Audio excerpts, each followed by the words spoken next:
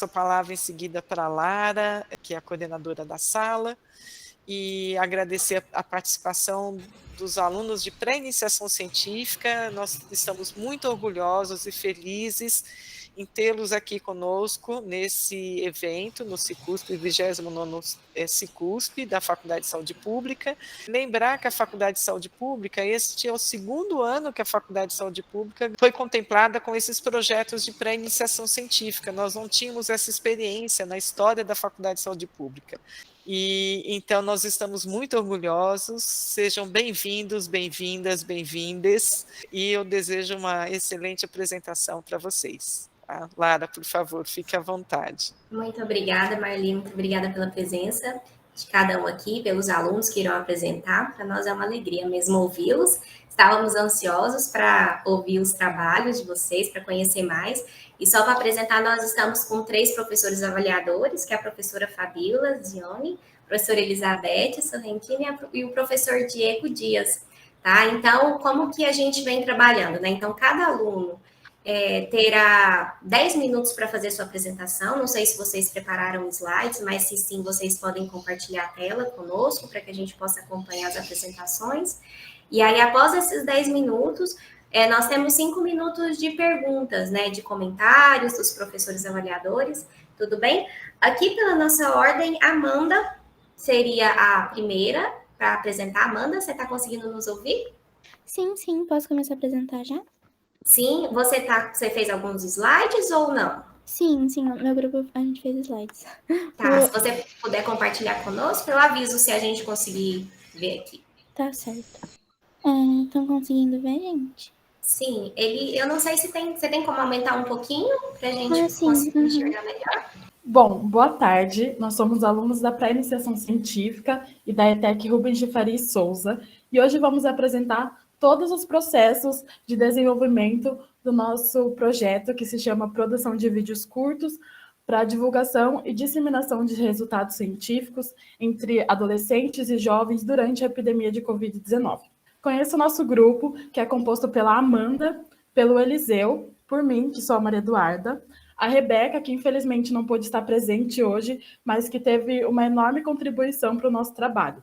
Conheça também os nossos orientadores, que é o Ian e a Simone, que nos acompanharam e nos incentivaram durante toda a construção do trabalho. E sejam muito, muito bem-vindos à nossa apresentação. Boa tarde a todos. Os objetivos da pesquisa foram disseminar os resultados preliminares da pesquisa.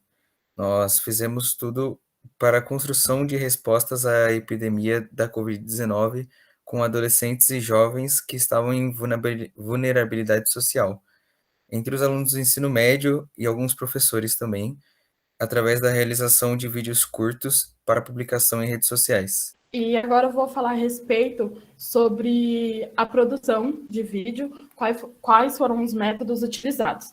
Então, com base nas discussões do resultado do questionário preliminar da pesquisa, que foi respondido por 719 alunos de 9 escolas, de Santos, Sorocaba e São Paulo, nós escolhemos 3 temas para que fossem realizados vídeos curtos. Então, para cada tema, nós selecionamos os resultados mais pertinentes do questionário e, assim, realizamos pesquisas bibliográficas em livros, artigos, matérias jornalísticas e vídeos. Então, a partir desse aprofundamento de cada discussão, nós iniciamos a produção dos vídeos.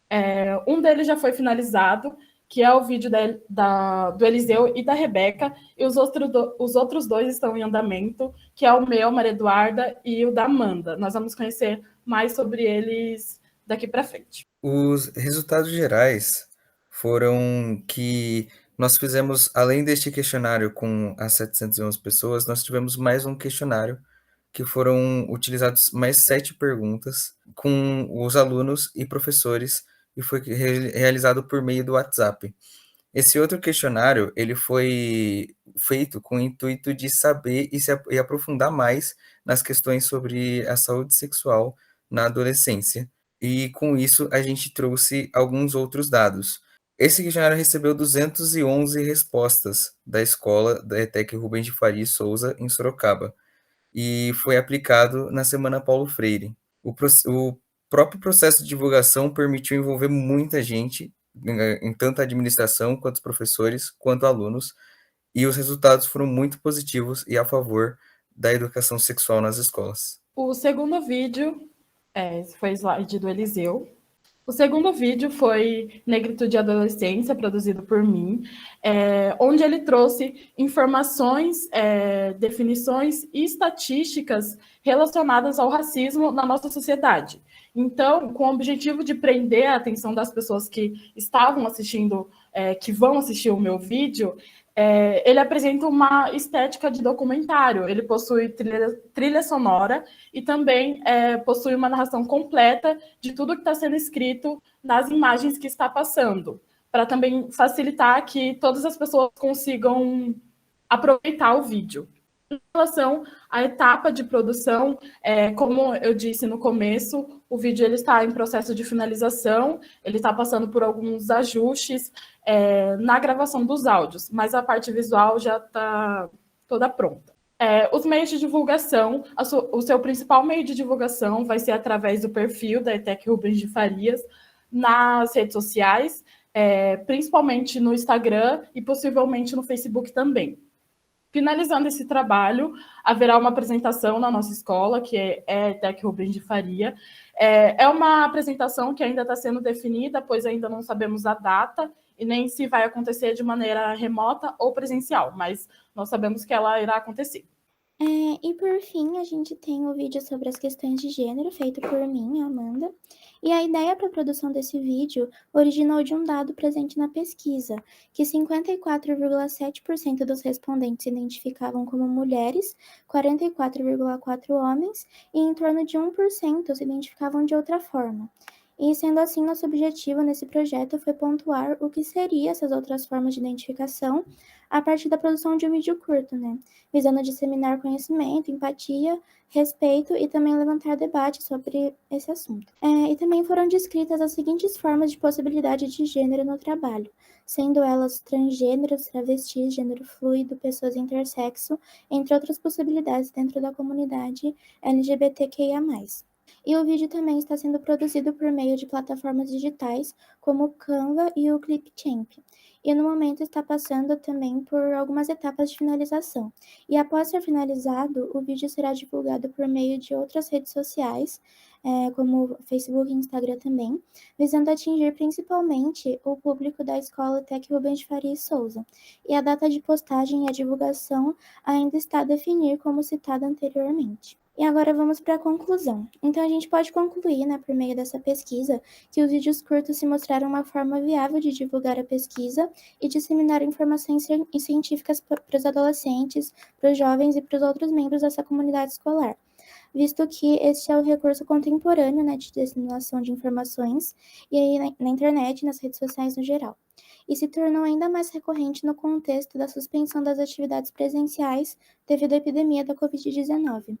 E, além disso, a produção da comunicação científica em diálogo com a equipe de pesquisa, levou os bolsistas a se aprofundarem sobre as suas compreensões sobre os temas variados, como racismo, conservadorismo e questão de gênero, que foram divididos em subgrupos dentro da iniciação científica. E nos mesmos foram feitas interpretações, como, por exemplo, a análise dos dados abordados na pesquisa, as técnicas visuais para apresentação e também os conhecimentos sobre as temáticas abordadas. Aqui estão as referências bibliográficas, usadas na pesquisa. E muito obrigada pela atenção. Se alguém tiver alguma dúvida, por favor, pode perguntar. Muito obrigada, pessoal, pela apresentação. Gostaria de ver qual avaliador que deseja começar aos comentários ou dúvidas. Por favor, Diego, fique à vontade. Bom, boa tarde a todas, todos e todes. Queria parabenizar bastante a realização desse trabalho e destacar que é muito importante esse tipo de discussão estar sendo feita justamente nesse momento, que é não só uma fase da vida, uma fase específica do ciclo de vida que vocês vivenciam, mas também uma fase de formação intelectual, profissional, então misturando questões de vida e também dando um sentido a esse espaço da escola, um espaço que pode produzir uma autonomia, de vocês estarem fazendo uma pesquisa na própria comunidade escolar e tratando esses temas sem que ele tenha que ser sempre subjugado a uma estrutura que a gente já conhece, que é a estrutura da família, acreditando até mesmo que a família pode ter alguma coisa a aprender sobre esse processo também, no sentido de um feedback, né, para esse grupo de organização social que é o nosso primeiro, de vinculação primária, que é a família. Então, a primeira pergunta que eu queria fazer é em relação a isso, se vocês têm alguma percepção de como o trabalho realizado pode ter tido repercussões diferentes de acordo com a variedade de pessoas que podem ter tido acesso a esse trabalho, né? Então, na própria escola, alunas e alunos, professores, funcionários, mas também a família de vocês. E aí eu fico muito curioso, né, quando vocês dizem que fizeram um formulário com perguntas para conhecer a opinião dos diferentes membros da comunidade escolar. Também teve respostas de pais, mães responsáveis, tudo isso. Como foi essa transposição, né, desse conhecimento adquirido nas pesquisas com a comunidade escolar para a linguagem visual, né? Imagino que tenha sido também, em algum momento, tenha aparecido questões difíceis, né, de como produzir consenso em determinada forma de representação, já que o conjunto de atores mobilizados é muito variado. Então, enfim, essa pergunta sobre a repercussão do trabalho em diferentes pessoas que receberam o trabalho e também o input, né, o aporte desses diferentes atores da comunidade escolar que vocês puderam recolher, como que isso foi usado no trabalho. A gente também não pôde ver os vídeos, né? Então, a gente fica curioso se houve representação, se os próprios alunas são atores desses vídeos, ou se são vídeos de animação feitos no computador. A gente fica um pouco sem saber como é a cara do material também, mas bastante curioso. Parabéns mais uma vez. Obrigada, Diego. Por favor, vocês fiquem à vontade de responder. Estudantes que apresentaram. Alguém se arrisca a começar? Pode falar, Eliseu. Eu posso ir. Sobre a repercussão com os pais e família, eu não vi muito isso. As pessoas com quem eu conversei pessoalmente após o questionário, ou então pelo WhatsApp, falaram que elas responderam mais de boa, mais tranquilo, e os pais não responderam muito sobre isso, não falaram muito, mas tiveram algumas pessoas que até disseram que não comentam com os pais, porque é algo constrangedor. E sobre o formato dos vídeos, os vídeos são vídeos de no máximo 4 minutos, bem curtos, com imagens e poucas escritas para ser bem intuitivo, para as pessoas não terem tanta dificuldade de enxergar, de ter as informações logo quando elas abrem o vídeo. Querem fazer algum outro comentário? Podemos passar para a professora Elizabeth? Acho que podemos, né? Por favor, Elizabeth, pode fazer seus comentários, perguntas. Bom, que bom que vocês puderam chegar até nós. Parabéns, Lígia, Lara, Arli. Vocês são tão cuidadosos. Obrigada por trazer esses meninos para a gente poder ouvir. Primeiramente, para dizer que assim, Eliseu, nós todos, somos completamente despreparados para isso, sabe? E eu fico muito, muito feliz de saber que vocês estão preocupados com isso, com a sua saúde mental, com sua saúde social, e estejam promovendo isso entre vocês. Isso atinge os pais, atinge os professores e nos educa. Nós precisamos disso, sabe? E esse exercício da cidadania consciente, ele precisa ser elaborado, cuidado, incentivado. Então, esses vídeos que vocês estão produzindo, que eu tenho muita vontade de conhecer, podem ser um caminho especial para isso. E se nós estivéssemos melhor preparados, nós não estaríamos nesse atual contexto político que estamos vivendo, cheio de preconceitos, verdade? Então, para resumir, eu quero só agradecer, estou muito feliz de estar aqui ouvindo vocês e muito ansiosa de ver esse material acontecer. Muito obrigada. Obrigada, professora Elizabeth. Professora Fabíola, por favor, fique à vontade. Seu microfone está desligado, professora. Variar, né? Bom, boa tarde. Parabéns pela iniciativa, parabéns aos orientadores, parabéns aos alunos. É fantástico ver essa disposição no momento de tanta dispersão, né, causada pela pandemia e também pelo momento político que nós estamos vivendo. Vou me poupar de maiores observações. Eu fiquei muito curiosa, porque a ideia era fazer vídeos sobre se eu bem entendi, sobre a Covid, né, sobre a pandemia. E os temas que surgiram foram outros temas, né? Então, vocês refletiram um pouco sobre isso? Lógico que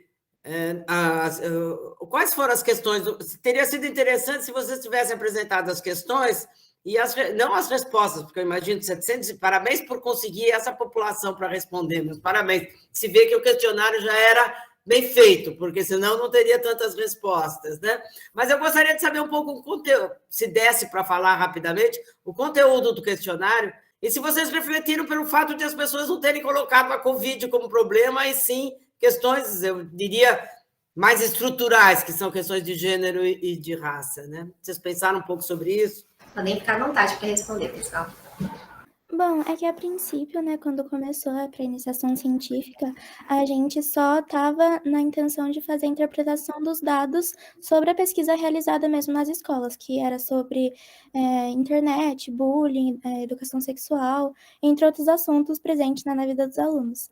E com a chegada da pandemia, né, o projeto já estava começado, por isso que não foi inserido esse assunto também. Mas daí a gente começou a interpretar os outros dados mesmo que estava presente no questionário. Então, sobre questões de gênero, racismo, educação sexual, enfim. Muito bem. Parabéns mais uma vez. Obrigada. Muito obrigada pelos comentários. Podemos seguir para a próxima apresentação? Aqui está o nome de Luana, mas pelo que eu entendi, vocês apresentam juntos. Então, quem tiver a apresentação e puder compartilhar com a gente já, por favor. Boa tarde, meu nome é Maria e eu vou estar compartilhando. Tá bom, boa tarde, Maria. Tudo certo. Quem for começar, fique à vontade. 10 minutos para a apresentação de vocês. Olá, boa tarde. Meu nome é Luana e eu queria começar me desculpando por não conseguir ligar a câmera, porque eu fiquei meio impossibilitada agora, mas tudo bem. Então, eu vou começar a apresentação. Então, boa tarde a todos. Meu nome é Luana Rodrigues Brum e eu irei apresentar uma breve introdução do projeto intitulado de Mulheres que Produzem e Vendem Seus Próprios Conteúdos Sexuais na Internet. Relatos e debates em mídias online acessíveis para adolescentes e jovens.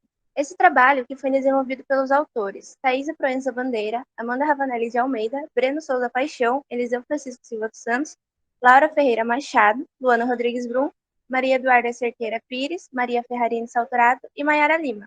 E como orientadores, tivemos Carla Leitão da Silva, Ian Bilan, Cristiane da Silva Cabral.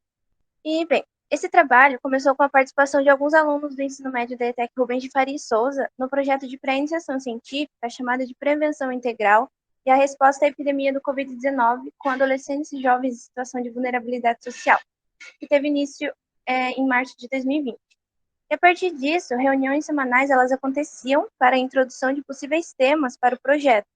E para chegar ao tema atual, que já foi citado anteriormente, foram discutidos diversos assuntos de interesse dos participantes, juntamente com a participação e a colaboração de alguns profissionais que foram convidados para as reuniões. Então, eles foram convidados a fim de nos guiar para o conteúdo que seria mais adequado.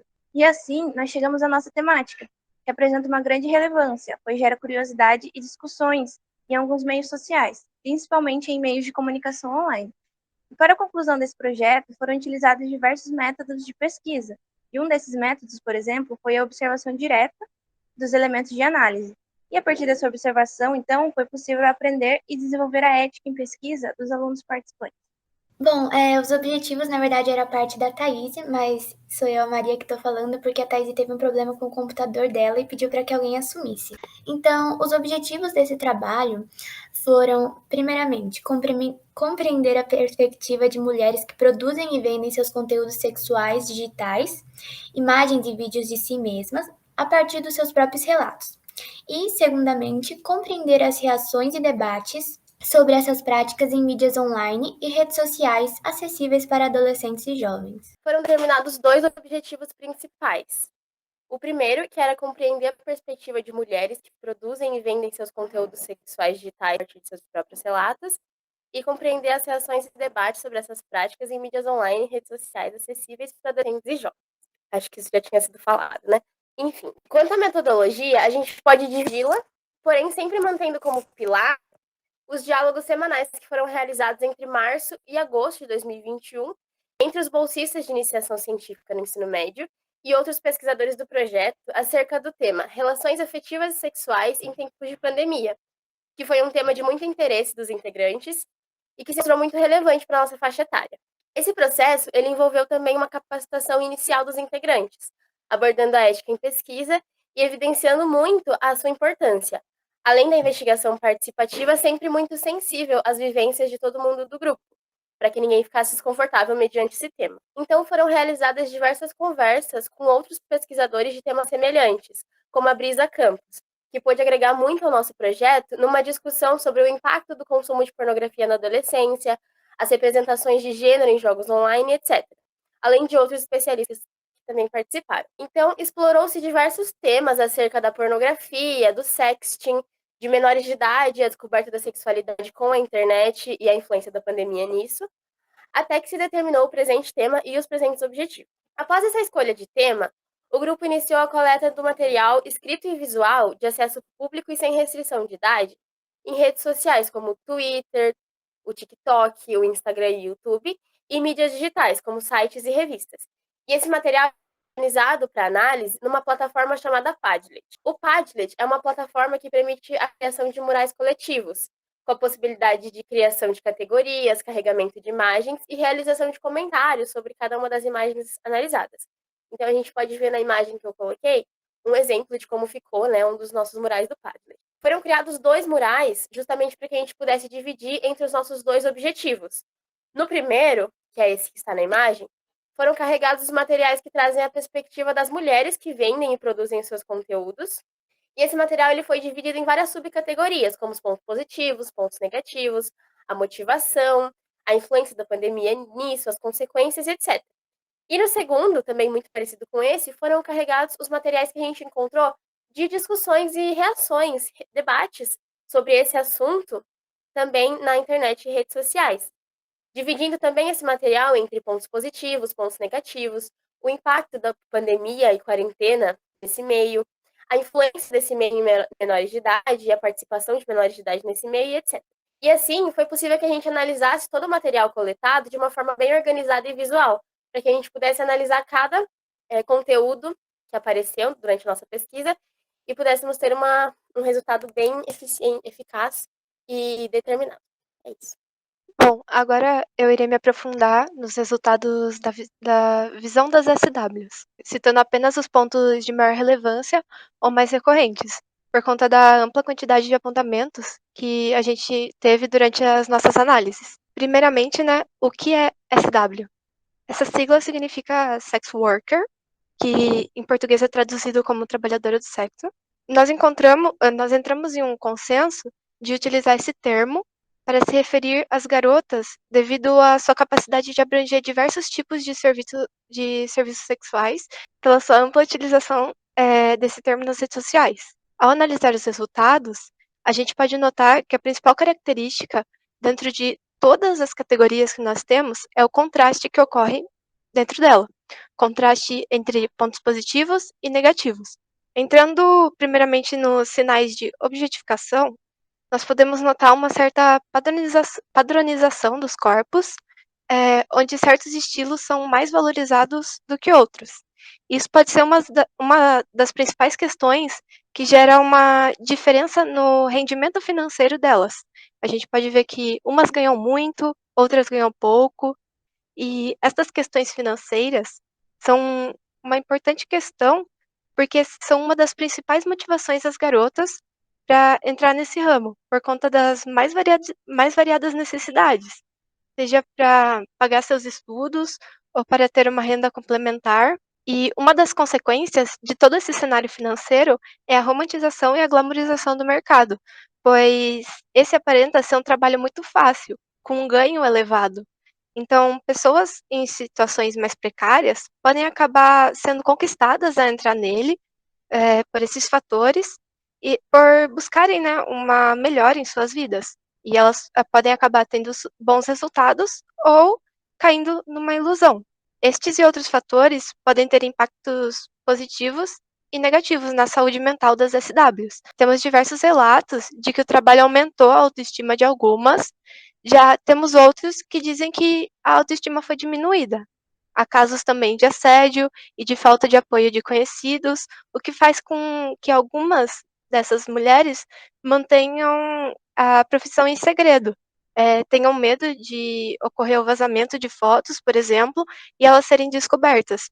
Mas é importante lembrar que isso não é válido para todas. Algumas têm apoio, outras revelam a sua identidade abertamente e também se sentem muito felizes em estarem trabalhando com isso. E, por fim, pode-se notar a presença de muitas menores de idade dentro desse ramo. A gente acredita que, pelos relatos, um dos principais motivos de ter tido esse aumento da presença dessas pessoas seja justamente pela glamorização que eu havia citado, e também pelo aumento da demanda dos clientes por pessoas mais novas, o que pode ser notado através da infantilização de adultos, que é um possível tipo de fetiche encontrado nesse meio que a gente pode observar. Pessoal, vocês têm 1 minuto, tá? Para concluir a apresentação de vocês. Bom, agora eu vou falar um pouco sobre a visão das outras pessoas. Então, além da perspectiva das próprias sex workers, nós também encontramos muitas opiniões de pessoas que não estão inseridas nesse meio da venda de conteúdos sexuais na internet. Então, a imagem ao lado mostra 3 usuários interagindo e alguns dos temas presentes na conversa são a pandemia, a motivação e a romantização. Eu vou passar rapidamente pelos tópicos devido ao tempo. Começando por pandemia, nessa categoria podemos observar pessoas reclamando do isolamento social e contando que a solidão e a carência causadas por ele as levaram a comprar packs na internet, que são conteúdos sexuais. Muitos usuários também comentaram sobre o quanto a pandemia fomentou esse mercado sexual na internet, online, né? Depois temos o tópico motivação, onde foi possível perceber que a grande maioria das pessoas que pensavam ou cogitavam entrar para esse meio era motivada pelo dinheiro fácil e, em muitos casos, isso se dava pela crise financeira ocasionada pela pandemia. Depois, a romantização diz respeito a posts onde o camming era tratado como um trabalho extremamente lucrativo, ocultando seus pontos negativos, representando assim um tipo de propaganda enganosa. Bom, nessa parte de apoio, o que mais encontramos foram perfis, em especial no Twitter, cuja função era divulgar o trabalho das cam girls, além de enaltecer a diversidade de corpos, promovendo uma quebra nos estereótipos dos padrões de beleza. Objetificação e machismo. Muitos dos posts vistos aqui eram de homens atrelando o preço dos packs à beleza das sex workers, dizendo que as mulheres estavam cobrando altos preços mesmo não sendo tão bonitas. Além disso, muitos usuários também criticavam a ruptura do modelo de família tradicional, nos casos onde mulheres trabalhavam com o camming ou com a venda de packs, mesmo estando comprometidas. E por último, em menores de idade, o que predominavam eram postagens condenando as relações entre menores de idade, em geral meninos, com homens mais velhos que envolvessem dinheiro em troca de favores sexuais. Oi, gente, vou concluir a apresentação. E a nossa pesquisa ela realmente permitiu confirmar a relevância do tema devido à recorrência nas redes sociais e mídias digitais. Nós recomendamos que isso seja discutido de forma compreensiva em uma intervenção na educação e na saúde, de forma a mitigar possíveis consequências indesejadas nas relações afetivas e sexuais desse grupo populacional. A nossa pesquisa foi possível ser realizada de forma remota, devido à disponibilidade e também às condições de todos os alunos participantes. Realmente, as redes sociais se mostraram uma ótima forma de a gente investigar, né, um instrumento muito rico de pesquisa, mas a gente sentiu falta de alguns relatos mais profundos e também teve a impossibilidade de realizar o questionário e entrevistas, seja por falta de tempo ou também por uma questão ética relacionada ao envolvimento de menores de 18 anos. Mas resumindo, foi isso, a gente conseguiu bastante relato de rápida, mas sentimos realmente uma falta dessa profundidade e também de algum contexto maior, de conseguir entender o que se passa, principalmente por trás das sex workers e de seus comentários na internet. Nós pretendemos seguir com a pesquisa e desvendar cada vez mais esse ambiente virtual e a verdade por trás desses perfis. Foi isso, obrigado pela apresentação e desculpa também porque eu acho que excedeu o tempo. Não tem problema, Laura. Eu agradeço a apresentação de vocês. Gostaria de saber qual avaliador gostaria de começar. Eu posso parar de apresentar? Pode, fica à vontade, Maria. Tá bem. Por favor, professora Elizabeth, pode começar. Muito obrigada pela apresentação. Esse trabalho nos remete ao primeiro trabalho, não é? E, naturalmente, a gente sente que a falta de orientação leva você a tomar atitudes românticas e a tomar decisões erradas, e isso infringe os adolescentes que estão envolvidos nesse tipo de situação, mas também nos lembra que o maior mercado são os adultos, né, que buscam isso, e nos lembra da inconsistência em que nós vivemos, né, da abstinência de amorosidade em que nós nos encontramos, né, essa procura por atender nossas necessidades emocionais através das telas, por exemplo, é uma das pistas, né? Eu acho que justamente é um trabalho que tem um enorme valor, porque pode ajudar a formar os adolescentes e também a formar os adultos, né? E talvez a nos orientar ou nos dar pistas de como a gente deve trabalhar essas nossas necessidades. É um trabalho muito valoroso, meninas, meninos, e todos que estão aí. Eu fico muito feliz em poder ouvi-los mais uma vez, queria ratificar. Obrigada. Obrigada, professora Elizabeth. Gê, por gentileza, pode começar. Quero parabenizar, né, a todas e todos que fizeram parte do trabalho, destacando, assim como também o anterior, a importância dessa discussão ser empreendida, né, e não assim numa perspectiva de cima para baixo, né, mas vocês numa posição de ciclo de vida e de formação, de estarem também atravessando um período de várias descobertas, poderem se permitir esse lugar de elaborar uma reflexão sobre esses temas. Acho que esse ponto que a Elizabeth mencionou é fundamental, de pensar que a gente vive realmente uma radicalização da digitalização das nossas relações, né, das relações humanas, e o quanto isso vai afetar os meios pelos quais estão circulando os nossos afetos, né? Então, acho que o trabalho ele tem múltiplas bases e fontes de relevância, né? A questão do trabalho sexual é bastante antiga, mas, ao mesmo tempo, a gente sabe que, nos últimos anos, a passagem das ruas para os meios digitais só cresce, então também daí a importância desse tipo de abordagem específica para o mundo digital, o que também permite novas parcelas populacionais de ingressarem nessa forma de relação mediada, né, entre conteúdo sexual e uma transação, um tipo de transação financeira. Então, eu queria chamar a atenção, sobretudo, para a relação importante entre sexo e vida sexual e trabalho, né, que eu acho que vocês acertam no momento em que resolvem olhar para essa situação a partir dessa ideia, dessa fórmula, vamos dizer assim, né, a trabalhadora do sexo, então colocar nos termos do trabalho, no sentido de que nossa sexualidade, o nosso gênero, né, os nossos modos de vida, hoje estão cada vez mais capturados pelas formas de produção de acumulação de capital, né?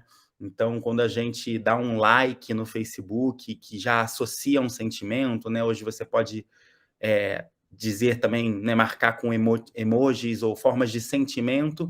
Isso está movimentando algoritmos, isso está movimentando uma máquina muito poderosa que, no fim das contas, fala também de uma forma hoje contemporânea muito importante e hegemônica de circulação de riqueza, né? Se a gente pensar que a gente acorda, né? Ou seja, se pensar no seguinte sentido, é difícil imaginar alguma entre nós que pode dizer que acorda e vai dormir sem ter trabalhado para o grande capital, né? No sentido de que tem que falar, seja via WhatsApp, Instagram, Facebook, que todos fazem parte da mesma empresa. Então, a gente tem as nossas faculdades mais básicas hoje, cognitivas, comunicacionais, exercidas em plataformas que são de empresas. Então, quando a gente pensa no trabalho sexual nesse contexto, no fim das contas, uma exacerbação, né, ou um caso bem paradigmático de um fenômeno que está diluído e que é muito maior na nossa própria forma de viver hoje na sociedade moderna contemporânea. Então,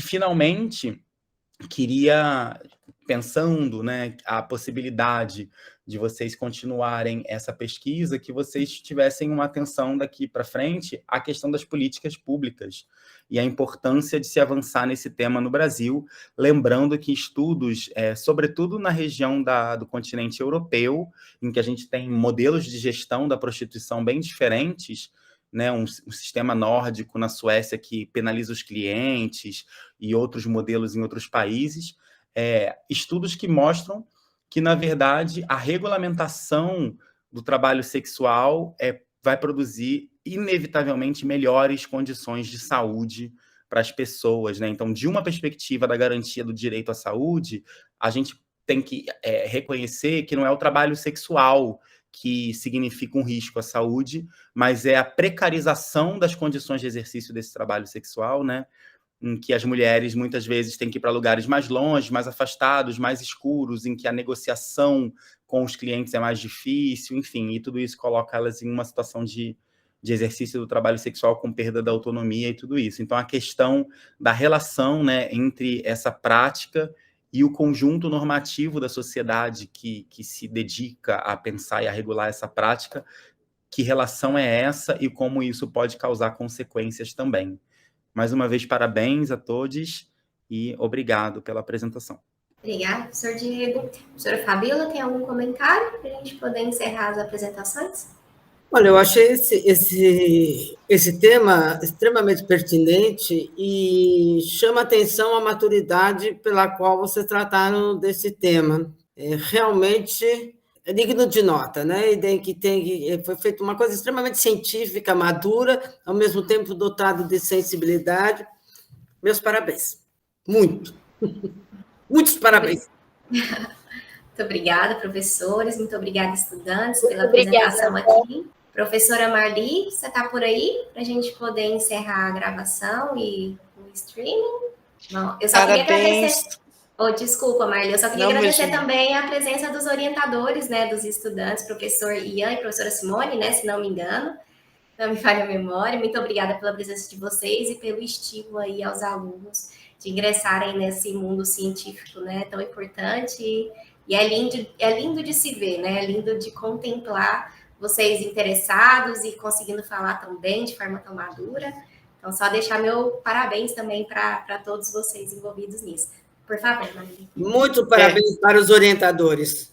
Fiquei impressionada. Eu vou também, antes de interromper a gravação e a transmissão ao vivo, também dar os meus parabéns aos orientadores e aos alunos em especial. Olha, eu vou ser muito sincera, fiquei muito surpresa. Eu sei que é uma situação diferente, porque os nossos alunos de iniciação científica era uma apresentação individual, vocês fizeram uma apresentação em grupo.